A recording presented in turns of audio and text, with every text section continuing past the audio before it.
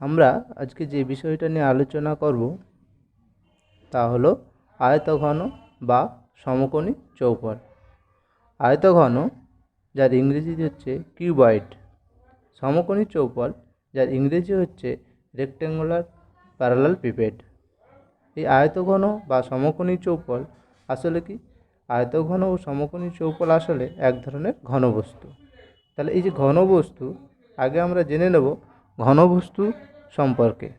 ঘনবস্তু কি? যে সকল বস্তুর দৈর্ঘ্য, প্রস্থ, বেধ বা উচ্চতা আছে সেই রকম বস্তুকে আমরা বলছি ঘনবস্তু। কী কী থাকবে? দৈর্ঘ্য থাকবে, প্রস্থ থাকবে, বেধ বা উচ্চতা থাকবে। তাহলে তাদেরকে আমরা বলছি ঘনবস্তু। যেমন বই, ইট, বল, বাক্স, দেশালাই বাক্স। তাহলে এই যে ঘনবস্তু আমরা পড়লাম, তার ঘনবস্তুর কী কী থাকছে? দৈর্ঘ্য, প্রস্থ, বেধ। এই দৈর্ঘ্য, প্রস্থ, বেধ এগুলো হচ্ছে ঘনবস্তুর হচ্ছে মাত্রা। এগুলোকে আমরা কি বলি? মাত্রা। তার ঘনবস্তুর কটা মাত্রা দেখতে পাচ্ছি? ঘনবস্তুর 3টে মাত্রা দেখতে পাচ্ছি। সেগুলো কি কি? দৈর্ঘ্য, প্রস্থ এবং উচ্চতা বা বেধ। তাহলে এবার এসো ঘনবস্তুর কয়েকটা বৈশিষ্ট্য আমরা জেনে নিই। ঘনবস্তুর বৈশিষ্ট্য এক, আমরা দেখতেই পেলাম যে মাত্রা 3টি। ঘনবস্তুর মাত্রা কটা? মাত্রা হলো 3টি। 2, ঘনবস্তু এক বা একাধিক তল দ্বারা গঠিত হয়। অর্থাৎ ঘনবস্তু যে তৈরি হবে সেটা একটা তল থাকতে পারে, একাধিক তল দ্বারা গঠিত হতে পারে। সেটা বক্রতল হতে পারে, সমতল হতে পারে, দ্বারা গঠিত হয়। ঘনবস্তু নিরেট হতে পারে, ফাঁপা, 2 ধরনের হতে পারে। নিরেট ঘনবস্তু যেমন ইট নিরেট ঘনবস্তু, যেমন ফাঁপা বল। বল হচ্ছে ফাঁপা ঘনবস্তু। ঘনবস্তুর আয়তন থাকবে। আয়তন কি? ঘনবস্তু যতটা জায়গা জুড়ে থাকে সেটাই হচ্ছে তার আয়তন। তাহলে ঘনবস্তুর আয়তন থাকবে। এছাড়াও ঘনবস্তু ভরও থাকবে, এছাড়া ইত্যাদি। এগুলো হচ্ছে ঘনবস্তুর বৈশিষ্ট্য। তাহলে ঘনবস্তুর বৈশিষ্ট্য কী কী হলো? এক, ঘনবস্তুর মাত্রা থাকবে। সেই মাত্রাগুলো কটা? 3টে। দৈর্ঘ্য, প্রস্থ, উচ্চতা। আর ঘনবস্তু এক বা একাধিক তল দ্বারা গঠিত, নিরেট বা ফাঁপা হতে পারে, আয়তন থাকবে। তাহলে এইরকম ঘনবস্তুগুলো অনেক রকমের হয়, তাহলে সেগুলো একটু দেখে নেওয়া যাক। ঘনবস্তুর মধ্যে আয়তঘন, সমকোণী চৌপট, লম্ববৃত্তাকার শঙ্কু, চোঙ, গোলক, প্রিজম, পিরামিড, বিভিন্ন রকমের হচ্ছে ঘনবস্তু হতে পারে। তাহলে আমরা এই যে ঘনবস্তুর বৈশিষ্ট্যগুলো আমরা পড়লাম, যে মাত্রা 3টি, এক বা একাধিক তল দ্বারা গঠিত, নিরেট, ফাঁপা, এগুলো তাহলে কী হচ্ছে? আয়তঘন, লম্ববৃত্তাকার শঙ্কু, চোঙ, গোলক, প্রিজমেরও অবশ্যই বৈশিষ্ট্য। বোঝা গেল ঘনবস্তুর হচ্ছে। তাহলে এই বৈশিষ্ট্যগুলো আমাদের একটু মনে রাখতে হবে, যেগুলো আমাদের আয়তঘন, শঙ্কু, চোঙ এদেরও বৈশিষ্ট্য হিসেবে আমাদেরকে পড়তে হবে। এবার আমরা আয়তঘন সম্পর্কে জানব। আয়তঘন আয়তঘন বলা হচ্ছে যেসব ঘনবস্তু প্রতিটি তল আয়তকার। অর্থাৎ ঘনবস্তুর প্রতিটা তল, একাধিক তল থাকে বলেছি, একটা থাকতে পারে, একাধিক থাকতে পারে। তলগুলো কেমন হবে? আয়তকার হবে। এবং বিপরীত তলগুলির দৈর্ঘ্য ও প্রস্থ সমান। অর্থাৎ বিপরীত দিকে যে তলগুলো থাকবে সেগুলো হচ্ছে দৈর্ঘ্য প্রস্থ সমান।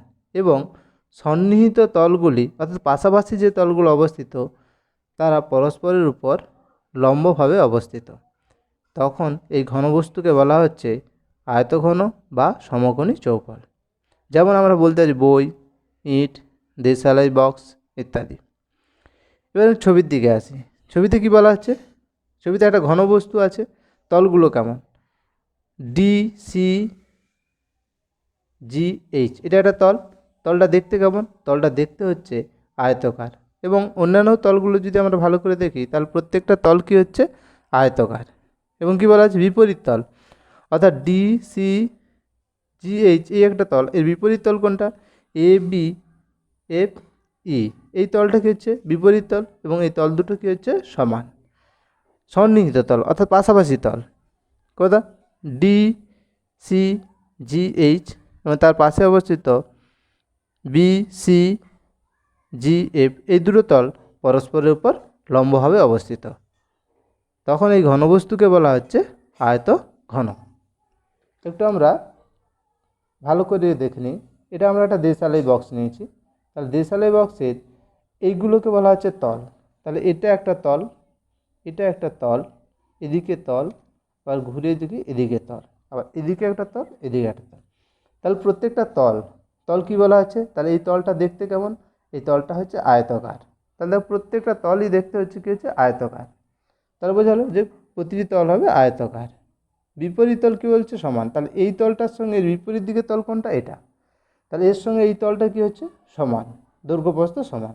আবার এই তলটার সঙ্গে এই দিকের তলটা হচ্ছে দৈর্ঘ্যপ্রস্থ সমান। আবার এই তলের সঙ্গে এই তলের হচ্ছে দৈর্ঘ্যপ্রস্থ সমান।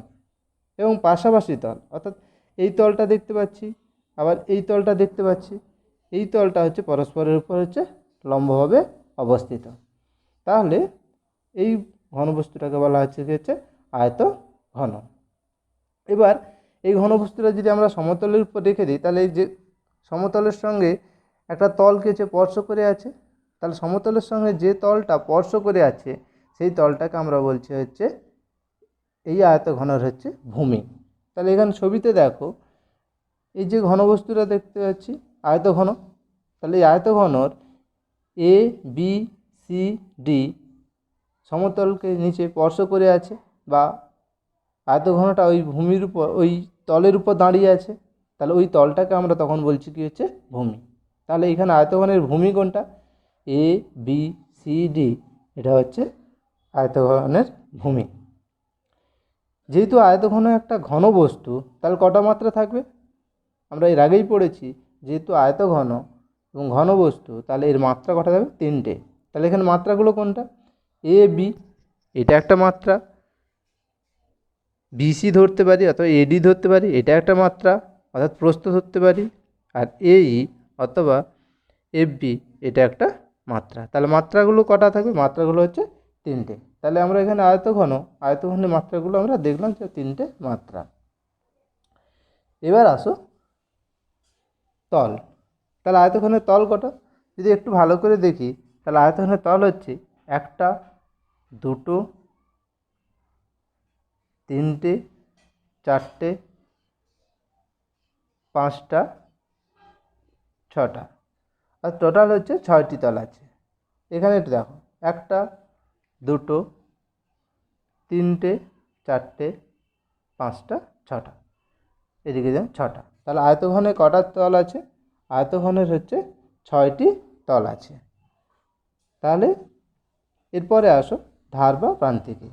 ধার বা প্রান্তিকে বলা হচ্ছে দুটি তল, অর্থাৎ ছবিতে দেখো, ধরো ডি সি জি এইচ এটা একটা তল,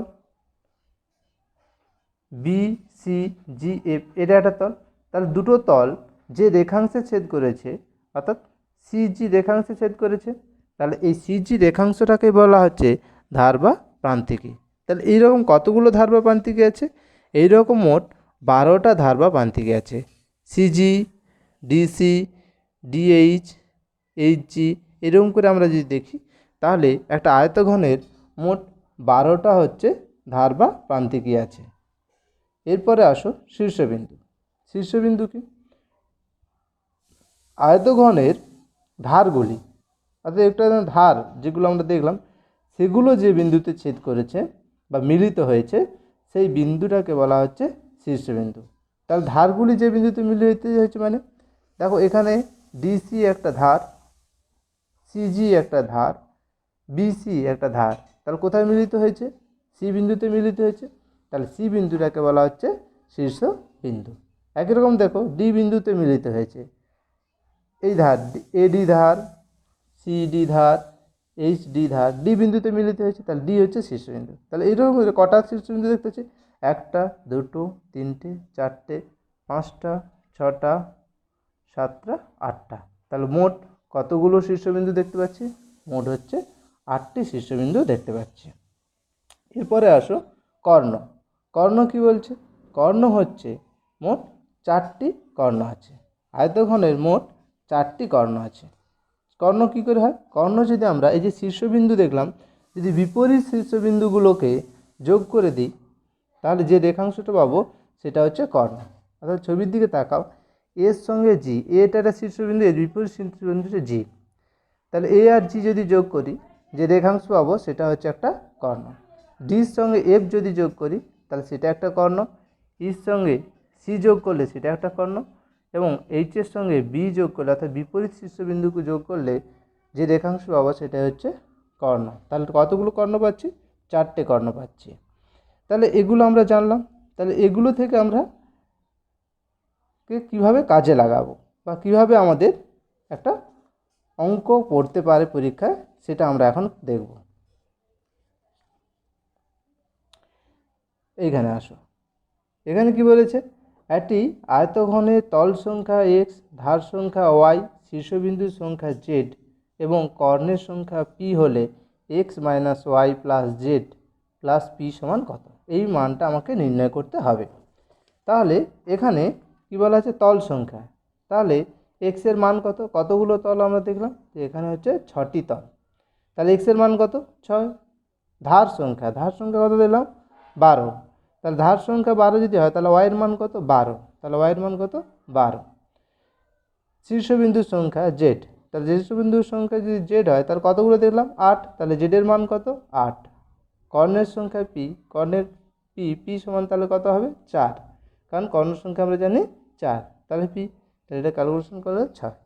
তাহলে এই অঙ্কটা আমরা অনায়াসে করতে পারলাম কোথা থেকে? যদি আমরা আয়তঘনের ধারণটা আমাদের স্পষ্ট থাকে, প্রত্যেকটা কতগুলো তল, কতগুলো ধার, কতগুলো শীর্ষবিন্দু, যে ধার আছে, তল আছে 6টি, ধার আছে 12টি, শীর্ষবিন্দু আছে 8টি, কর্ণের সংখ্যা আছে 4টি, এটা জানা থাকলে আমরা সহজে এই অঙ্কটা করতে পারবো।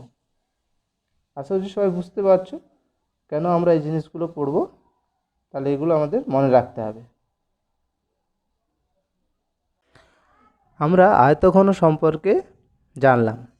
এবার আমাদের আয়তঘনে কী কী নির্ণয় করতে হবে, অর্থাৎ কোন জিনিসগুলো মনে রাখতে হবে সূত্র আকারে, সেগুলো হচ্ছে প্রথমত আয়তঘন বা সমকোণী চৌপলের সমগ্র তলের ক্ষেত্রফল। আমরা একটু আগেই পড়লাম যে আয়তঘন বা সমকোণী চৌপলের কতগুলো তল থাকে?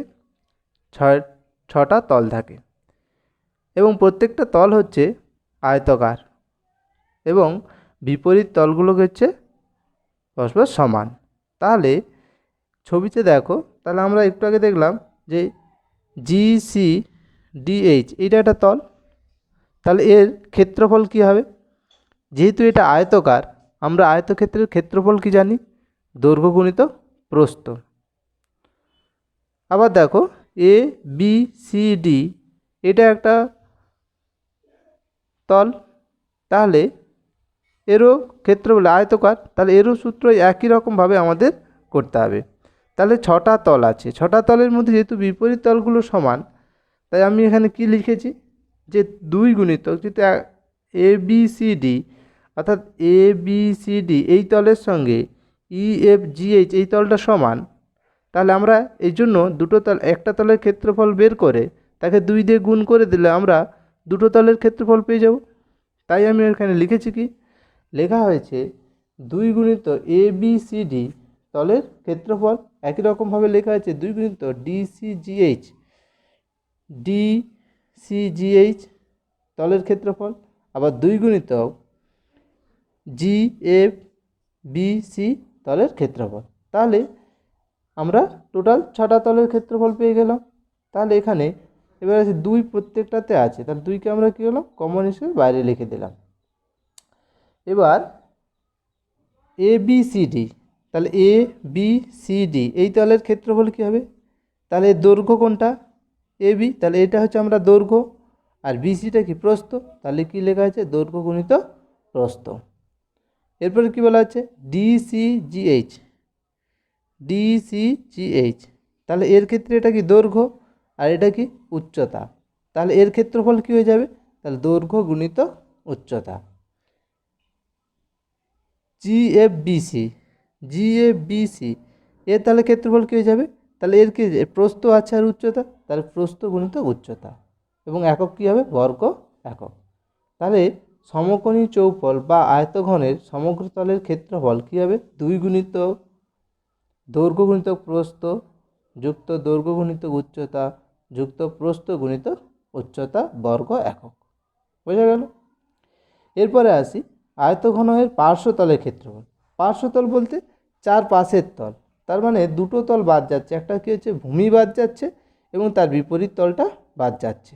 তাহলে চার পাশের তলগুলোকে আমরা বলছি পার্শ্বতলের ক্ষেত্রফল। তাহলে এখানে চার পাশের তলগুলোর মধ্যে বিপরীত তলগুলো সমান, তাহলে একই রকম, তাহলে 2 গুণিত DCGH এটা একটা তল, তার বিপরীত তল এটা, একই রকম 2 গুণিত GFBC এটা। তাহলে যেহেতু বিপরীত তলগুলো সমান, তাহলে এই জন্য 2 গুণ করে দিয়েছি। তাহলে এই হিসেবে এখানে 2 একই রকমভাবে কমন যাচ্ছে, বাইরে চলে এলো। এরপর তাহলে DCGH, তাহলে DCGH এর এটা কি, দৈর্ঘ্য, আর এটা কি, উচ্চতা। তাহলে দৈর্ঘ্য গুণিত উচ্চতা প্লাস প্রস্থ গুণিত, এর ক্ষেত্রে দেখো প্রস্থ গুণিত উচ্চতা এবং এককে বর্গ একক। তাহলে দৈর্ঘ্য গুণিত উচ্চতা আবার প্রস্থ গুণিত উচ্চতা, তাহলে দুটোতেই কী আছে, উচ্চতাটা গুণ হিসেবে আছে। তাহলে আমরা উচ্চতাটাকে বাইরে লিখতে পারি। তাহলে 2 গুণিত দৈর্ঘ্যযুক্ত প্রস্থ ইন্টু উচ্চতা, এইটা হচ্ছে কি, আয়তঘন এর পার্শ্বতলের ক্ষেত্রফল। তাহলে বোঝা গেল পার্শ্বতলের ক্ষেত্রফলটা আমরা এইভাবে নির্ণয় করতে পারি। তাহলে মানগুলো আমার দেওয়া থাকবে, দৈর্ঘ্যের মান দেওয়া থাকবে, প্রস্থের মান দেওয়া থাকবে, উচ্চতার মান দেওয়া থাকবে। তাহলে শুধু মানগুলো বসিয়ে দিলে আমার কী হচ্ছে, আয়তঘনের পার্শ্বতলের ক্ষেত্রফল নির্ণয় করতে পারবো। এরপরে আসো, আয়তঘনে হচ্ছে কর্ণের দৈর্ঘ্য। আমরা একটু আগে কর্ণ কী বলেছিলাম, বিপরীত শীর্ষবিন্দু যোগ করলে। তাহলে এখানে একটু ছবিতে দেখে নাও, বিপরীত এ আর জি যোগ করছে, এটা হচ্ছে কর্ণ। তাহলে এই কর্ণের আমার এখন দৈর্ঘ্য নির্ণয় করতে হবে। তাহলে এই কর্ণের দৈর্ঘ্য একদমই যদি আমরা সূত্রটা দেখে নিই, তাহলে কি হচ্ছে, √, হচ্ছে দৈর্ঘ্য স্কোয়ার প্লাস প্রস্থ স্কোয়ার প্লাস উচ্চতা স্কোয়ার এত একক। √, দৈর্ঘ্য স্কোয়ার প্লাস প্রস্থ স্কোয়ার প্লাস উচ্চতা স্কোয়ার একক। যদি একটু হিসেব করে দেখা যায় কিভাবে বের হয়েছে, তাহলে আমরা একটু ছবিতেই দেখলে বুঝতে পারবো যে এই যে ভূমিটা অবস্থিত, তাহলে ভূমির ক্ষেত্রে আমরা যদি এই AC যোগ করে দিই, তাহলে ABC এটা একটা সমকোণী ত্রিভুজ। সমকোণী ত্রিভুজের এই কোণটা কিছু সমকোণ, অর্থাৎ বি কোণটা হচ্ছে সমকোণ। সমকোণ হলে তাহলে এটা কি, ACটা কি, অতিভুজ। তাহলে AC সমান আমরা কি জানি, দৈর্ঘ্য স্কোয়ার প্লাস হচ্ছে প্রস্থ স্কোয়ার, কারণ আমরা জানি অতিভুজ স্কোয়ার সমান লম্ব স্কোয়ার প্লাস হচ্ছে ভূমি স্কোয়ার। পিথাগোরাসের উপপাদ্য অনুসারে আমরা এটা লিখলাম। একই রকমভাবে AG যদি যোগ করে দিই, তাহলে দেখো AGC এই একটা ত্রিভুজ দেখতে পাচ্ছি। তাহলে এই ত্রিভুজের ক্ষেত্রে এই কোণটা হচ্ছে সমকোণ, অর্থাৎ সি কোণটা হচ্ছে, অর্থাৎ সি বলতে এই দিকে সি কোণটা হচ্ছে সমকোণ, অর্থাৎ ACG কোণটা হচ্ছে সমকোণ। সমকোণ হলে তাহলে এইটা হচ্ছে, AGটা হচ্ছে অতিভুজ। তাহলে এইখান থেকে আসবে AG স্কোয়ার সমান আসবে AC স্কোয়ার প্লাস হচ্ছে CG স্কোয়ার। CG স্কোয়ার মানে উচ্চতা স্কোয়ার, আর আমরা এর আগেই পেয়েছিলাম AC স্কোয়ার সমান হচ্ছে দৈর্ঘ্য স্কোয়ার প্লাস প্রস্থ স্কোয়ার। তাহলে ওখান থেকে আমরা কি পাচ্ছি, যদি আমরা একটু ভালো করে দেখে নিই, যে AG স্কোয়ার সমান হচ্ছে দৈর্ঘ্য স্কোয়ার প্লাস প্রস্থ স্কোয়ার প্লাস উচ্চতা স্কোয়ার, আর AG করলে কী হবে, √, হচ্ছে দৈর্ঘ্য স্কোয়ার প্লাস প্রস্থ স্কোয়ার প্লাস হচ্ছে উচ্চতা স্কোয়ার একক। তাহলে এইভাবে আমরা আয়তঘনের দৈর্ঘ্য প্রস্থ উচ্চতা দেওয়া থাকলে আমরা কর্ণের দৈর্ঘ্যটা নির্ণয় করতে পারবো। এবার আসি আয়তঘনের ঘনফল বা আয়তন নির্ণয়। ঘনফল বা আয়তন নির্ণয় হচ্ছে কি, ভূমির ক্ষেত্রফল ইন্টু উচ্চতা। ভূমির ক্ষেত্রফল একটু ধরুন, ভূমিতে কী আছে, ভূমির ক্ষেত্রফল নাকি ABCD, ABCD এটা হচ্ছে ভূমি। তাহলে এর ক্ষেত্রফল কী হবে, ক্ষেত্রফল আমরা যেহেতু এটা আয়তকার, তাহলে দৈর্ঘ্য গুণিত প্রস্থ। তাহলে ভূমির ক্ষেত্রফল ইন্টু কী বলেছে, উচ্চতা। তাহলে ভূমির ক্ষেত্রফল কী হচ্ছে, দৈর্ঘ্য গুণিত প্রস্থ ইন্টু কী হচ্ছে, উচ্চতা। তাহলে এটা হয়ে যাচ্ছে কি, আয়তঘনের আয়তন বা হচ্ছে ঘনফল নির্ণয়। তাহলে এইভাবে আমরা দৈর্ঘ্য প্রস্থ উচ্চতা দেওয়া থাকলে আয়তঘনের ঘনফল বা আয়তনটা আমরা নির্ণয় করতে পারব। ঘনক, যে আয়তঘনের দৈর্ঘ্য প্রস্থ ও উচ্চতা সমান। আমরা ঘনক সম্পর্কে যদি আলোচনা করতে হয় তাহলে আমার আয়তঘনের যে বৈশিষ্ট্য আমরা পড়েছি সেখানে কী ছিল, দৈর্ঘ্য প্রস্থ উচ্চতা ছিল। এখানে সেই দৈর্ঘ্য প্রস্থ উচ্চতা অর্থাৎ প্রত্যেকটা কী হয়ে যাবে, দৈর্ঘ্য প্রস্থ উচ্চতা কী হয়ে যাবে, সমান হয়ে যাবে। যদি আয়তঘনের ক্ষেত্রে দৈর্ঘ্য প্রস্থ উচ্চতা সমান হয় তাকে বলা হচ্ছে ঘনক। যেমন আমরা যদি উদাহরণ দিই সেটা হচ্ছে লুডোর ছক্কা। তার মানে এক্ষেত্রে কি দেখতে পাচ্ছি, দৈর্ঘ্য প্রস্থ যদি সমান, এর আগে কি ছিল, আয়তঘনের তলগুলো ছিল আয়তকার, তাহলে দৈর্ঘ্য প্রস্থ যদি সমান হয়ে যায় তাহলে তলগুলো কেমন হয়ে যাবে, কে বলতে পারবে? তাহলে তলগুলো হয়ে যাবে, প্রতিটি তল হয়ে যাবে কী, বর্গক্ষেত্রাকার। কারণ আয়তকার ছিল, দৈর্ঘ্য প্রস্থ সমান হয়ে গেছে, তাহলে তলগুলো কেমন হয়ে যাবে, বর্গক্ষেত্রাকার হয়ে যাবে। তাহলে ঘনকের ক্ষেত্রে প্রত্যেকটা তল কী হচ্ছে, বর্গক্ষেত্রাকার এবং প্রত্যেকটা তল কী হচ্ছে, সমান। তাহলে আমি যদি একটু ধরে নিই যে ঘনকের ক্ষেত্রে কী হচ্ছে, দৈর্ঘ্য প্রস্থ উচ্চতা, এটা আমরা ধরে নিচ্ছি সবগুলো তো সমান, সেটাকে আমরা লিখছি বাহুর দৈর্ঘ্য, বা আমরা এখানে একে এ হিসেবেও ধরতে পারি। তাহলে আমরা ধরে নিচ্ছি দৈর্ঘ্য প্রস্থ উচ্চতা এগুলো হচ্ছে কি বাহুর দৈর্ঘ্য, এগুলো কি হচ্ছে আমরা সমান ধরে নিচ্ছি, সেটাকে আমরা মনে করছি যে বাহু হিসেবে ধরছি। তাহলে কি নির্ণয় করতে হবে, সে আগের মতো সমগ্র তলের ক্ষেত্রফল। তাহলে সমগ্র তল বলতে ঘনকের কয়টা তল আছে, তাহলে আয়তঘনের যদি 6টা তল থাকে তাহলে ঘনকেরও 6টা তল আছে। তাহলে ঘনকের সমগ্র তলের ক্ষেত্রফল বলতে 6টি তলের ক্ষেত্রফল। আর যেহেতু প্রত্যেকটা তলের ক্ষেত্রফল কি সমান, তাহলে 6 কিন্তু যে কোনো একটা তলের যদি আমরা ক্ষেত্রফল বের করি তাকে 6 দিয়ে গুণ করে দিলে 6টা তলের ক্ষেত্রফল পেয়ে যাব, অর্থাৎ মোট সমগ্র তলের ক্ষেত্রফলটা পেয়ে যাব। তাহলে একটা তল বলতে কি এ বি সি ডি, তাহলে এ বি সি ডি তলের ক্ষেত্রফল। এবার এ বি সি ডি কী তল, এ বি সি ডি তলটা হচ্ছে বর্গক্ষেত্রাকার। তাহলে বর্গক্ষেত্রের ক্ষেত্রফলের সূত্র কী ছিল, বর্গক্ষেত্রের ক্ষেত্রফল নির্ণয়ের সূত্র ছিল বাহুর দৈর্ঘ্যের স্কোয়ার। তাহলে এখানে কি হচ্ছে, ঘনকের সমগ্র তলের ক্ষেত্রফল সমান কি হয়ে যাবে 6 ইন্টু বাহুর দৈর্ঘ্যের স্কোয়ার বর্গ একক। তাহলে বোঝা গেল ঘনকের সমগ্র তলের ক্ষেত্রফল 6টা তল, তাহলে 6 গুণিত বাহুর দৈর্ঘ্য স্কোয়ার। তাহলে বাহুর দৈর্ঘ্য দেওয়া থাকলে আমরা অনায়াসে সহজেই আমরা ঘনকের সমগ্র তলের ক্ষেত্রফলটা নির্ণয় করতে পারবো। এরপরে আসি ঘনকের হচ্ছে পার্শ্বতলের ক্ষেত্রফল। তাহলে পার্শ্বতল বলতে পার্শ্বে কটা তল থাকবে, তাহলে ঘনকের ক্ষেত্রে একটু ভেবে দেখো 4টে তল থাকবে। 4টে তল মানে প্রত্যেকটা তলই কী হবে, সমান হবে। তাহলে একই রকমভাবে 4 গুণিত একটি তলের ক্ষেত্রফল। তাহলে একটি তলের ক্ষেত্রফল মানে কি, একটা তল মানে বর্গক্ষেত্রাকার। তাহলে বর্গক্ষেত্রাকার হলে বর্গক্ষেত্রের ক্ষেত্রফল নির্ণয়ের সূত্র কি, বর্গক্ষেত্রের ক্ষেত্রফল নির্ণয়ের সূত্র হচ্ছে কি বাহুর দৈর্ঘ্য স্কোয়ার। তাহলে ঘনকের পার্শ্বতলের ক্ষেত্রফল কী যাবে, পার্শ্বতলের ক্ষেত্রফল সমান 4 ইন্টু বাহুর দৈর্ঘ্যের হোল স্কোয়ার বর্গ একক। বোঝা গেল পার্শ্বতলের ক্ষেত্রফল। এরপরে আসি ঘনকের কর্ণের দৈর্ঘ্য। সেখানে কি ছিল, কর্ণের দৈর্ঘ্য ছিল √ দৈর্ঘ্য স্কোয়ার প্লাস প্রস্থ স্কোয়ার প্লাস উচ্চতা স্কোয়ার। তাহলে তিনটে যদি দৈর্ঘ্য প্রস্থ সমান হয় তাহলে সেখান থেকে আমরা কি বলতে পারি 3 ইন্টু বাহুর দৈর্ঘ্যের স্কোয়ার, তো সমান হয়ে যাবে √3 ইন্টু বাহুর দৈর্ঘ্য একক। একদমই সহজ, আমরা আয়তঘনতে দেখেছিলাম কি দৈর্ঘ্য স্কোয়ার প্লাস প্রস্থ স্কোয়ার প্লাস উচ্চতা স্কোয়ার। তাহলে তিনটে যদি সমান হয় তাহলে 3 ইন্টু বাহুর দৈর্ঘ্য স্কোয়ার, √ থাকবে, বাহুর দৈর্ঘ্য স্কোয়ারটা শুধু আলাদা বাইরে রুটের বাইরে চলে আসবে, √3 ইন্টু বাহুর দৈর্ঘ্য স্কোয়ার একক। এটা হচ্ছে কি কর্ণের দৈর্ঘ্য। আয়তন কী হয়ে যাবে, ঘনকের আয়তন, সেখানে কি ছিল ঘনকের ঘনকের কী ছিল, দৈর্ঘ্য গুণিতক প্রস্থ গুণিতক উচ্চতা, সেগুলো তো সব সমান। তাহলে বাহুর দৈর্ঘ্য গুণিতক বাহুর দৈর্ঘ্য গুণিতক বাহুর দৈর্ঘ্য, তাহলে বাহুর দৈর্ঘ্যের কী হবে কিউব ঘন একক। তাহলে ঘনকের আয়তন হচ্ছে কি হচ্ছে বাহুর দৈর্ঘ্যের কিউব ঘন একক। তাহলে আমার এই সেখানে 4টে এখানে 4টে মোট 8টা সূত্র আমাদেরকে কী করতে হবে, মনে রাখতে হবে এখানে আমাদের অঙ্কগুলোকে করতে গেলে। তাহলে এবার এসো আমরা এবার অঙ্কগুলো কীভাবে হবে সেগুলো একটু শিখব।